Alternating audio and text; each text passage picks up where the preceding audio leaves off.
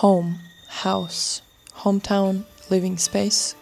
Words we all know, but for me, they've always been complicated.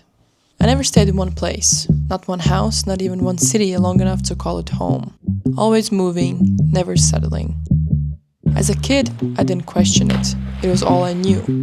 But as I got older, something shifted. The idea of home started to matter more than I expected. What is home?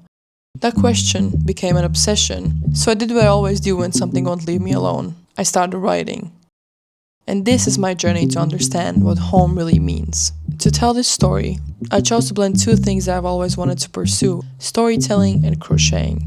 I'll be turning the places I've been to, places that have changed me and inspired me, into crochet art. This is the start of a series I've wanted to do for years, and this is where it all began. Episode 1, Home. The journey to answer the question, what is home, is long and often confusing. To say that you have fully figured out such a fundamental question is a little foolish, because home shouldn't be a fixed definition. It should have pieces that stay the same, but most of it shifts, grows, and evolves as you do.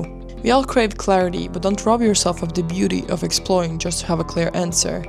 Still, some parts are pretty consistent. If you think of a home as a real structure, then it comes down to two parts: the foundation and the house itself. I know it's a silly and perfect metaphor for this. The house is something we have control over. You choose the materials, decorations, the people you let in, and most importantly, the people you don't. It changes and adapts as you grow, and that's exactly how it should be. However, the foundation, your past, is something you have no control over.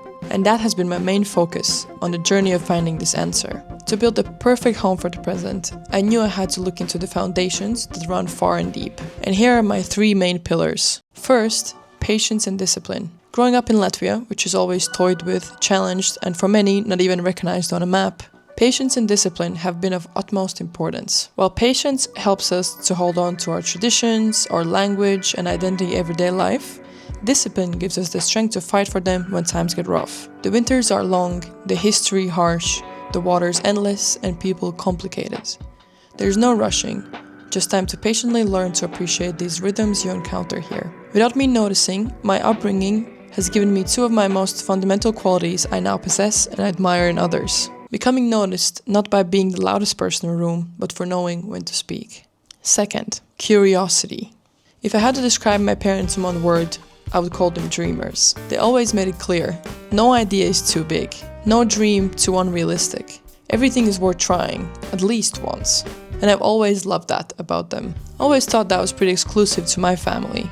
But as I grew older, I realized that Latvians in general are dreamers. I met Latvians everywhere, in giant cities, on the other side of the world, even while hiking to the most remote mountain trails. To only have a few million and still find each other in the farthest corners, you have to be dreamers. You have to be curious, courageous, and at times a little bit crazy.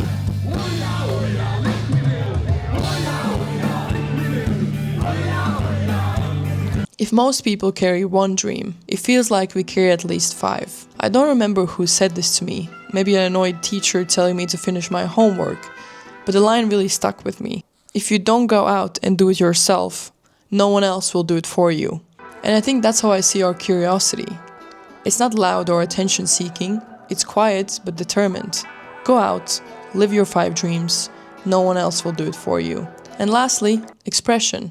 Latvia's rich history, deep connection to nature, and the natural mix of discipline and curiosity have made our home into a surprisingly creative and free space. There's room here, not just physically, but emotionally, to explore, to make, to express. We don't hold back when it comes to creativity. From architecture to textiles, we create things that are colorful, intentional, and full of personality. When I was 8, I was given a class on knitting and crocheting in the small town school that I attended.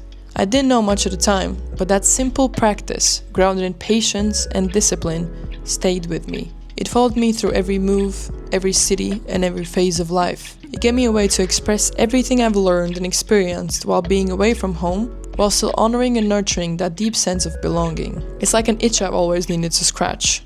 The urge to show where I come from, to carry it with me, to share it with others, and quietly to make other Latvians proud. That in every stitch, every piece I make, home is never forgotten. So, what is home then? Patience, discipline, curiosity, and expression. are what I've come to see as my foundation. They are not tied to one physical space, but how I was shaped and why I see the world the way I do. And now, with the life I've built and the things I've done, I have started to build the rest. Home is love, family, it's who you are. It's just a matter of choosing which things to keep and which to let go of.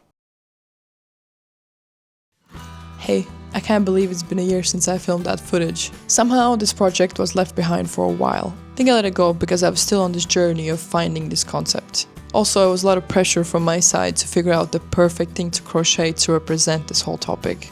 But I tried my best.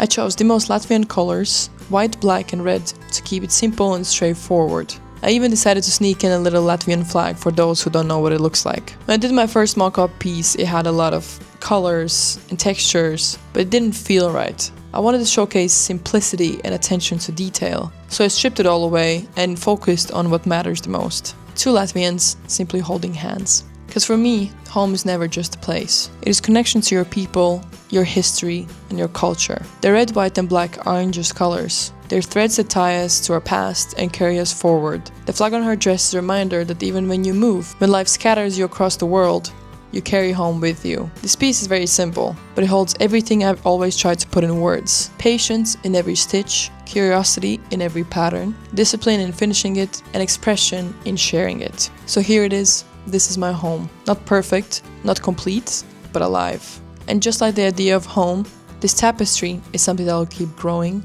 changing, and reminding me of where I come from and where I'm going.